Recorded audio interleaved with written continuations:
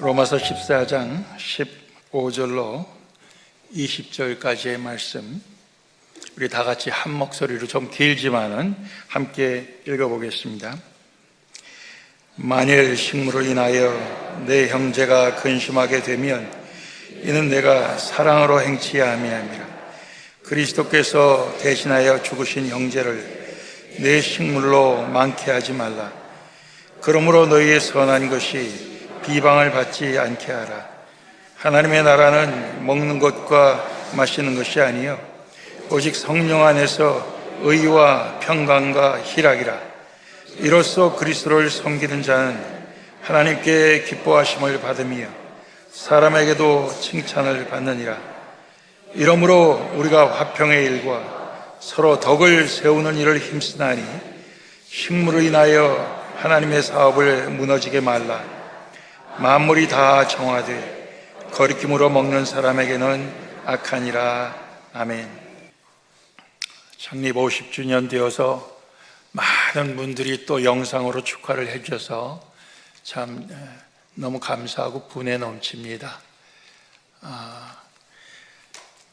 이 하나님께서 여기까지 이제 오게 해주신 데에 대해서는 이제 눈으로 제일 쉽게 확인할 수 있는 것은 이 본당 건물, 그 다음에 또 친교실 교육관 건물, 또 건너편 낡은 건물, 또 주변에 몇 개 집을 산 거, 뭐 이런 것 같고 다 그동안에 하나님께서 순차적으로 축복해 주셨다 하는 것으로 쉽게 우리가 판단할 수 있어요. 그렇지만 이거는 이제 눈에 보이는 가시적인 거고, 사실은 우리의 속사람의 하나님께서 축복해 주신 그것이 사실 훨씬 더 큽니다. 저는 이제 처음에 목회 시작을 할 때 이 첫 번째 교인이셨던 노말용 권사님한테 목회 철학을 배우게 됐어요. 제가 한번 물었습니다. 권사님은 자식들이 많은데 어떻게 집안이 다 그렇게 화목합니까? 자식들 많은 가운데도 그 비결이 뭡니까? 제가 그렇게 여쭸더니 뭐 다른 거 있나요? 제가 희생하면 되지요, 이러시더라고요. 그래서 제가 그때 마음에 딱 결심을 했습니다.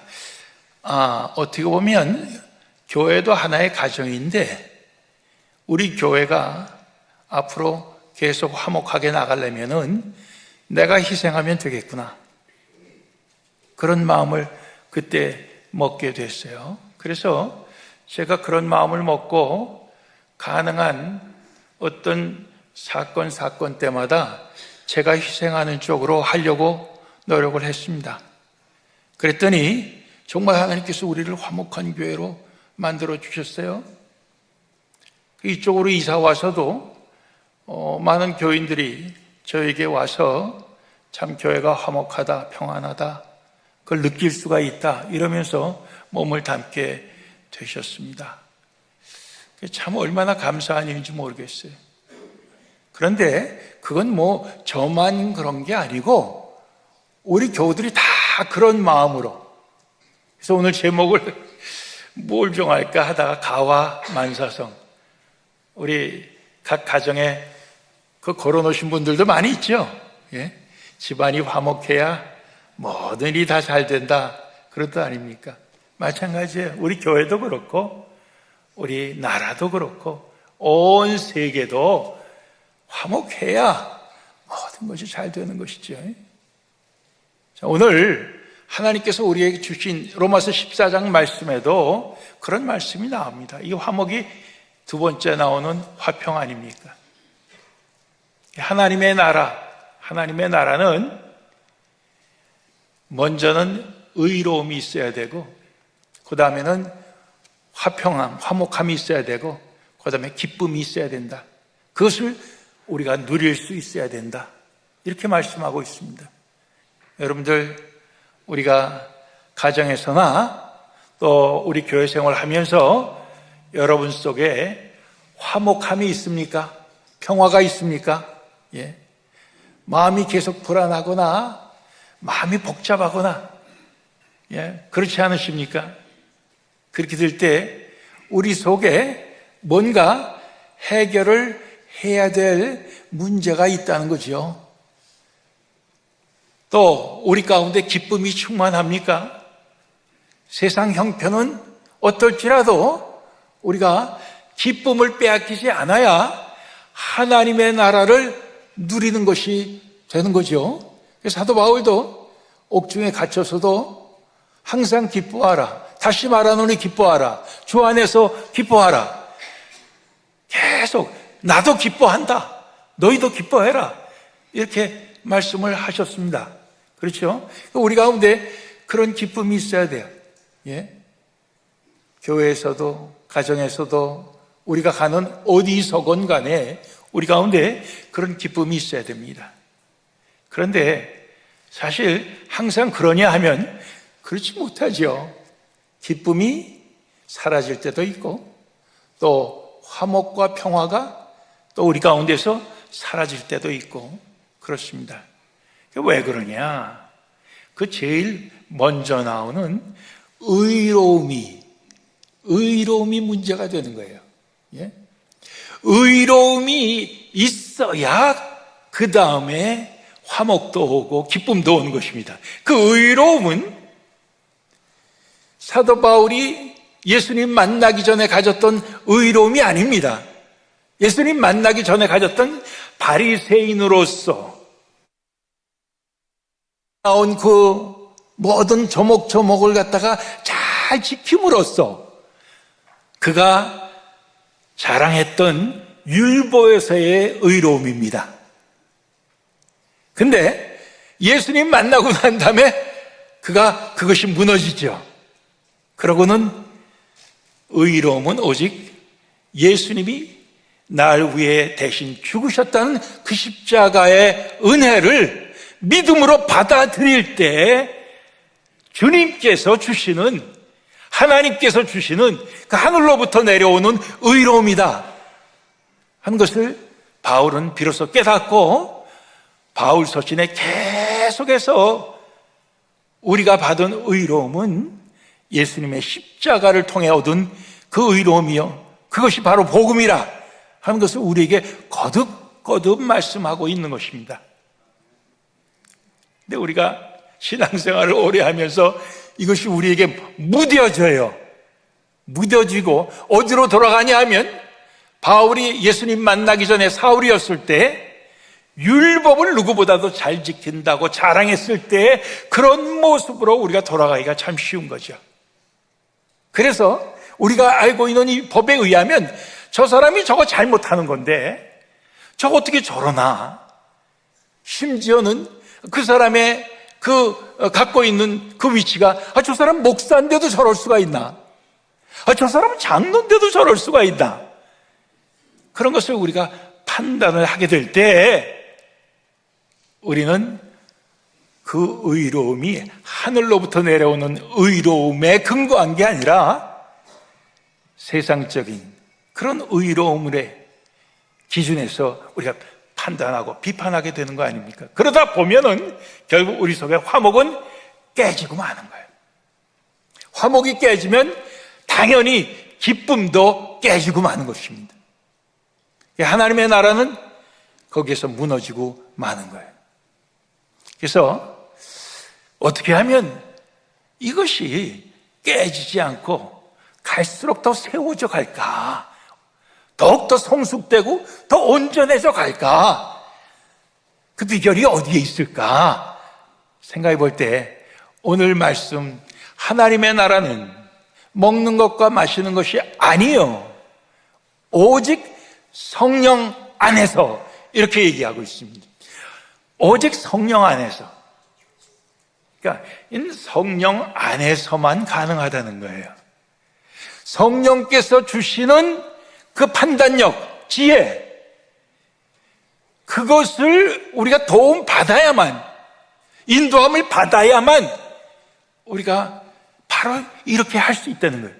성령님이 주시는 그런 능력을 우리가 받아야만 그 하나님의 나라를 제대로 이루어갈 수 있다는 말씀입니다. 우리가 50년의 역사를 이제까지 왔지만은, 그러나 50년 동안에 정말 오늘 여기 나오신 분들 보면 한결같이 우리 교회를 이제까지 섬기다 한결같이 다 섬기신 분들이에요. 근데 한결같이 섬기는데 그건 한계가 있어요. 한결같이 섬기는데 그 한계는 뭐냐? 하나님의 나라, 그것을 다 같이 이루어가는데 그 한결같은 것 갖고는 안 되더라고요. 한결같은 거를 깨고 바뀌어야 돼요, 자기가. 어떻게 바뀌어야 되느냐? 성령에 의해서 그리스도의 사람으로 바뀌어야 되는 겁니다. 그때 비로소 되는 거예요.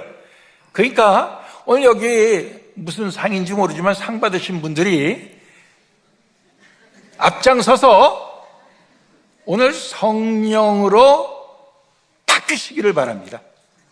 이제까지 한결같이 나는 플러톤 교회를 섬겼다. 그거 자랑할 게 하나도 없어요. 그건 내 힘으로 하고 내 지식으로 한 거예요. 근데 그거 갖고는 하나님의 나라를 이룰 수가 없어요. 하나님의 나라는 성령 안에서 하십니다. 고린도전서 1장에도 십자가의 도가 이 헬라 사람, 그리스 사람들에게는 미련한 것이고 유대인에게는 힘이 없는 무력한 것이라고 그렇게 얘기했습니다. 즉 지식을 추구하는 사람들한테는 십자가 예수님이 달려 돌아가셔서 우리를 구원하셨다는 그 십자가의 복음의 도가 지식을 쫓는 사람들에게는 그게 무식한 것이고, 기적을 쫓는 유대인들에게는 그게 뭐냐? 그건 힘이 하나도 없는 무력한 것이라 이렇게 여김을 받았지만, 그러나 예수를 믿는 우리들에게는 바로 그 십자가의 도는 하나님이 주신 지혜예요. 하나님이 주신 능력이라 그렇게 말씀하고 있습니다. 여러분들, 그 십자가의 도를, 예수 그리스도의 그 복음의 발자취를 따라가서 우리가 바로 그런 하나님의 지혜로 새롭게 변화되고 하나님의 능력을 덧입는 이런 성령의 역사가 우리 가운데 있기를 원하는 것입니다. 오늘 그 앞에 말씀 보면은 하나님의 나라는 먹는 것과 마시는 것이 아니라 이렇게 얘기했어요. 근데 사실 이 말씀이 좀 우리는 듣기가 거북해요. 왜? 우리 교회가 먹는 거 마시는 거 얼마나 잘합니까? 예. 그 요즘 새로 오신 분들도 얘기하는 거 보면 이 교회에서 밥을 참 맛있게 해줘요 이러시더라고요. 그래서 우리 좀 오래된 사람들은 웃지요. 저 사람들이 옛날 밥을 못 먹어봐서 저런 소리를 하지. 옛날 먹는 거에 비하면 이거는 아주 상대가 안 되는 건데. 옛날엔 정말 교회에 오면 잘 먹었습니다. 예, 정말 잘 먹었어요. 어떨 때는 하루 세 끼를 다 교회에서 먹을 때 있어요. 1부 예배 끝나고 먹고 2부 예배 끝나고 먹고 저녁에 행사 있으면 먹고, 오늘도 1부 예배 있었으면 세 끼 다 먹는 날이에요. 정말 우리가 잘 먹는 날. 그런데 오늘 여기서는 하나님의 나라는 먹는 것과 마시는 것이 아니라 이렇게 말씀했는데, 잘 먹지 말라 이런 말씀이 아닙니다. 잘 먹을 수 있으면 잘 먹어요. 근데 이 말씀의 배경은 그 당시 초대교회의 성도들이 모여서 음식을 먹을 때 거기 가운데 우상에게 제물로 바쳐졌던 고기가 다시 시장에 나와서 그것이 사들여져 갖고 그거를 갖다 이제 먹게 될 때, 그걸 먹는 사람들이 우상의 제물을 우리가 먹으면은 우리가 우상에게 절한 것이 되지 않느냐, 우상 숭배가 되지 않느냐, 어떻게 그럴 수가 있느냐. 그러니까 어떤 사람은 난 고기는 안 먹겠다 이런 사람이 있었다는 거예요. 근데 바울은 앞부분에서 그런 사람들이 믿음이 약한 사람이라 이렇게 얘기합니다. 왜냐하면은 모든 게 하나님이 주셔서 그 자체로는 선하고 악한 게 하나도 없다 이거예요. 그저 감사함으로 먹을 수 있다는 거죠. 그게 믿음이 강한 사람이라는 거죠. 그런데 또 그렇게 생각하지 않는 사람이 있으니까 그런 사람들 앞에서 그 고기를 먹으면은 저 사람 믿음이 좋은 사람인 줄 알았는데 저 우상의 재물을 덥석덥석 먹네. 아이고 큰일 나겠네. 그래갖고는 그 사람이 거기에 상처를 받아서 실족하면, 믿음에 걸려 넘어지면은 결국 그리스도가 그를 살리셔갖고 구원했는데 내가 그 사람을 망하게 하는 거다. 걸려 넘어지게 하는 거다. 사도 바울은 그런 말을 하면서 나도 먹을 수 있는 강한 믿음이 있지만은 그런 사람들 때문에 난 고기를 안 먹겠다. 이렇게 말하는 것입니다. 뭡니까 이게? 강한 사람이 약한 사람의 그 약함을 담당해 주는 거예요. 쉽게 얘기하면 배려해 주는 겁니다. 아이고 믿음이 그렇게 약해서 어떻게 해? 이것도 왜 못 먹어? 그게 아니라 그 사람이 그것 때문에 실족한다면 난 안 먹겠다 이거예요. 왜? 그 사람을 배려하는 거예요. 그리고 그 사람을 사랑하는 거라고 그랬습니다. 내가 그 배려를 하지 않으면 너는 형제를 사랑함이 없다 이거예요. 우리가 사랑장 고린도서 13장에도 뭐 이것저것 다 하고 결국 다른 사람을 위하여 내 몸을 불사르게 내어줄지라도, 아무리 좋은 일 많이 할지라도 사랑이 없으면 어떻게 된다고 그랬어요? 사랑이 없으면 아무것도 아니라고 그랬습니다. 아무것도 아니라고 그랬어요. 하나님의 나라를 추구하는 우리 그리스도의 사람들은 이러한 그 사랑의 섬김과 배려, 이것이 있어야 되는 거예요.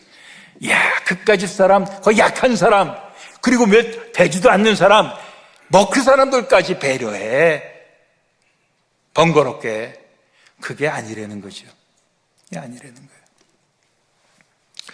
오늘 전민순 권사님 모처럼 이렇게 여기 나오셔서 같이 얼굴 뵈니까 너무 좋아요. 근데 제가 전승재 장로님 얘기를 좀 할게요. 전승재 장로님 저희 산타나 교회 사자마자 주말만 되면 집에서 그 잔디 깎는 기계 갖고 와서요, 교회 주변을 다 잔디 깎고 그러셨어요. 이게 잔디 깎는 게 그게 기계 갖고 깎기가 뭐 어렵겠나. 그런데 그게 잔디만 깎는 게 아니고 개똥이 그렇게 많아요, 잔디밭에. 그 개똥도 거기 치워야 됩니다. 이게 쉬운 일 아니에요. 장로님 교회를 그렇게 잘 섬기셨는데, 우리가 이제 교회를 이쪽으로 옮길 때 얘기예요. 우리 전 장로님을 건축위원장으로 이렇게 우리가 세웠어요. 건축위원장으로 세워드렸는데, 장로님 건축위원장으로 세웠지만은 교회 되는 일이 그 당시에 아무리 찾으러 다녀도 찾아지는 것도 없고, 그러니까 장로님이 하루는 저보고 그러시더라고요. 목사님, 그렇게 힘들게 찾으러 다니지 말고 냅둡시다. 아니 냅두면 어떡합니까? 이거 우리가 길바닥에 나 앉을 텐데. 했더니 장로님 하시는 말씀이, 나중에 없으면은 그저 뿔뿔이 다 자기 원하는 교회로 가면 될 거 아닙니까? 이렇게 말씀을 하셨어요.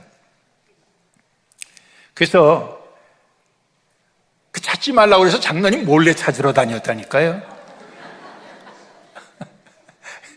그래갖고 이제 최상옥 장로님이 여기서 하시다가 이렇게 이 건물을 발견해갖고 찾아갖고 저희께 된 거죠. 하나님 주신 거죠.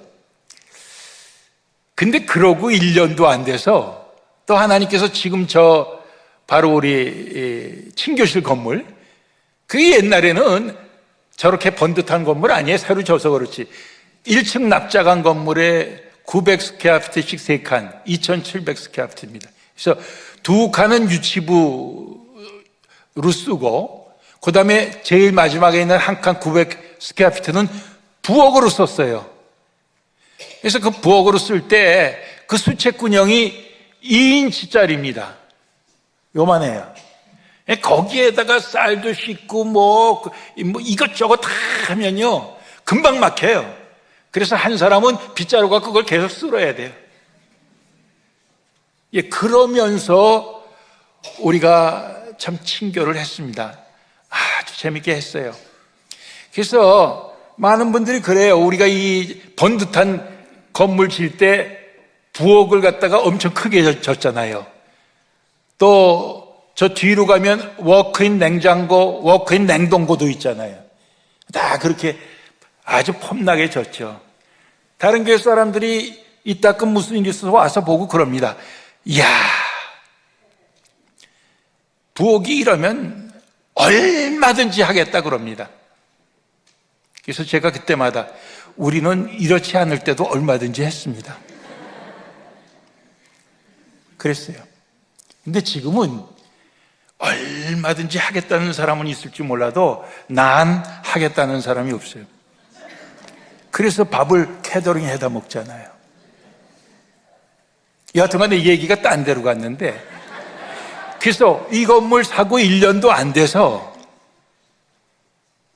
우리 최 장로님이 이런 얘기를 했어요. 당회에서 그 건물, 그 사무실 건물 나온 거 저거 아다리인데, 아다리가 뭡니까? 전 잘 모르는데 바둑에 가운데 낀 걸 아다리라고 그러는데, 저 뒤에 우리 주차장 본래 있었거든요. 그 가운데 낀 건데 우리 요것도 삽시다 이렇게 말씀을 하셨어요. 그랬더니 장로님들이 다 지금 이거 건물 산 지가 얼마나 됐다고 또 산단 말이야. 돈이 어디 있다고.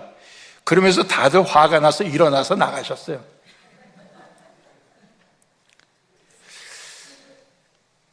최 장로님, 목사님, 내가 뭐 못할 말 했습니까? 그래서, 아니요, 장로님, 뭐 꼭 필요한 말씀 하셨어요. 그런데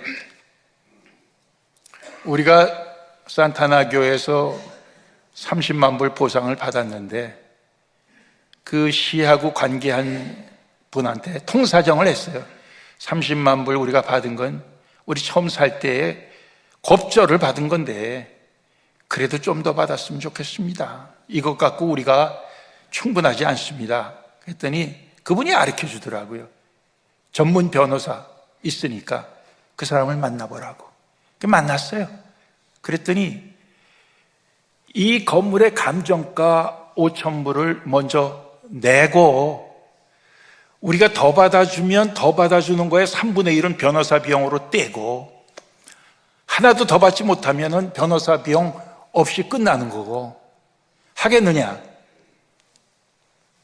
우리 전 장로님이 미국에 일찍 유학 가서 대학을 졸업하신 분 아니에요. 뭐라 그러시냐 하면 미국에서는 소송을 해서 정부 상대로 이기는 법이 없습니다. 감정가 5,000불만 날리는 겁니다. 그래도 미치는 셈 치고 해봅시다 했어요.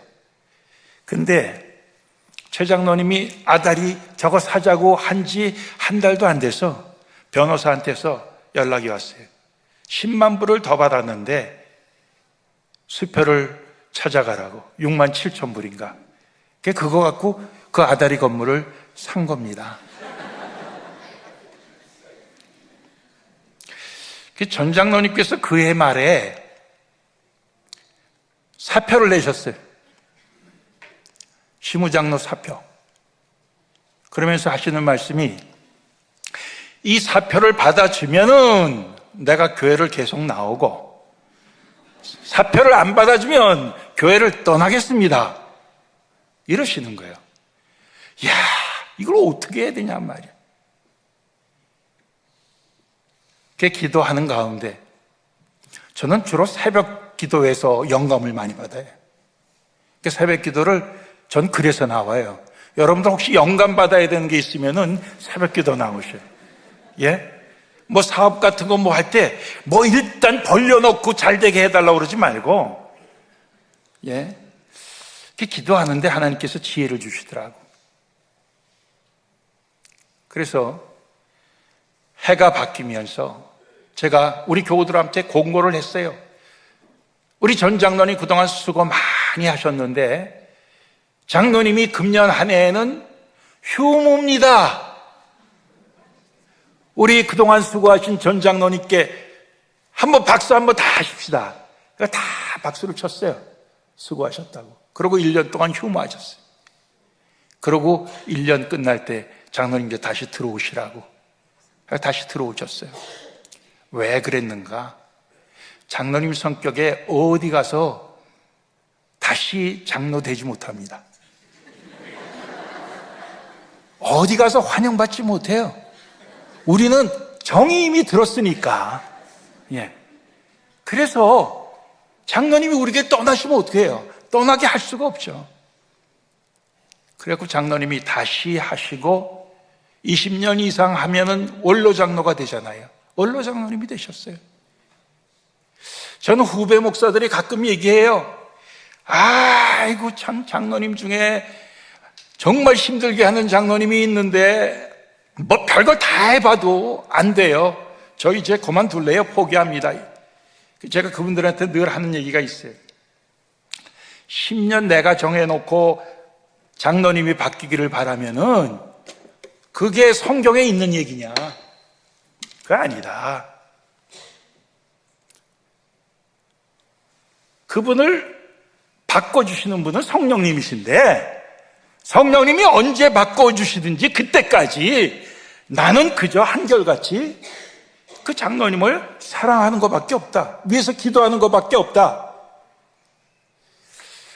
제가 뭐 그 당시 그런 얘기할 때 벌써 20년 지나고 30년 뭐 이렇게 될 때 그러니까 후배 목사들이 뭐 아무 소리도 못 하는 거예요. 10년 해보고 뭐 진짜 한국의 뭐 유명한 은퇴 목사님이 이따금 유튜브에 나오는 거 제목만 보는데 자기는 10년씩 해갖고 세 교회를 했다고 자랑을 하더라고.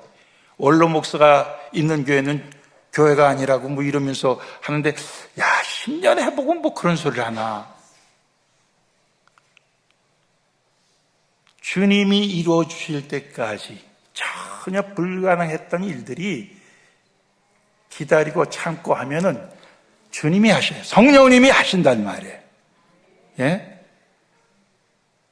그게 이제 저를 내려놨던, 저를 양보했던 그런 케이스의 하나고, 또 하나는 5년 전에 제가 이제 은퇴할 때 사실은 저는 김대원 목사님을 후임으로 세우기를 늘 꿈꿔왔어요. 김대원 목사님처럼 진실한 사람이 쉽지 않아요. 예수 그리스도의 복음으로 꽉 차 있어요. 누르면 예수가 나올 사람이에요. 그래서 난 철석같이 그분을 믿고 그분을 세우면 다 여러분들이 거기에 환영하고 박수 쳐줄 줄 알았더니 아니더라고. 깜짝 놀랐어요. 제가 얼마나 충격받았는지 몰라요. 야, 그때 정말 괴로웠습니다. 근데 제가 반대하는 사람들 놓고 기도해 보니까 앞으로 내가 무리해서라도 김대원 목사님을 투표해 갖고 세우면은 저분들이 앞으로 교회 생활하기 어렵겠다. 그런 생각이 들더라고요. 그 반대하던 사람들이 앞으로 우리 교회에서 제대로 생활하기 어렵겠다. 그런 생각이 들어요. 그래서 제가 마음을 바꾼 거예요. 김대원 목사님 그럼 나 안 하겠다. 그래갖고 청빙위원회 해갖고 우리 황 목사님을 모시게 된 겁니다. 그 바깥에 사람들이 다 그러죠. 과연 플러톤 교회는 다르구나. 우리 그런 얘기를 듣는 겁니다. 오늘 말씀을 뭐 여러분들 다 듣는 대로 받아들이는 게 다르겠지만은 그러나 요약한다면은 여러분들 힘이 있는 거를 섬기는 데 쓰시고 그 힘이 있는 거를 약자를 괴롭히는 데 쓰지 마세요. 힘이 있는 거를 약자를 누르는 데 쓰시면 안 됩니다. 그 힘을 오히려 약자를 섬기는 사랑의 힘으로, 그리스도의 그 사랑의 힘으로, 십자가의 힘으로 여러분들이 쓰시기를 원합니다. 그렇게 되면은 우리 끝까지 예수님을 우리의 주로 모시고 우리는 겸손하게 섬기는 백성으로 살아갈 수가 있어요. 근데 어느 순간 예수는 툭 그 자리에서 밀쳐버리고 우리가 그 자리에 올라가서 왕노릇하면은 그때부터는 교회는 무너지기 시작하는 거예요. 교만한 자는 하나님께서 물리치시고 겸손한 자에게 은혜를 더하시는 것입니다.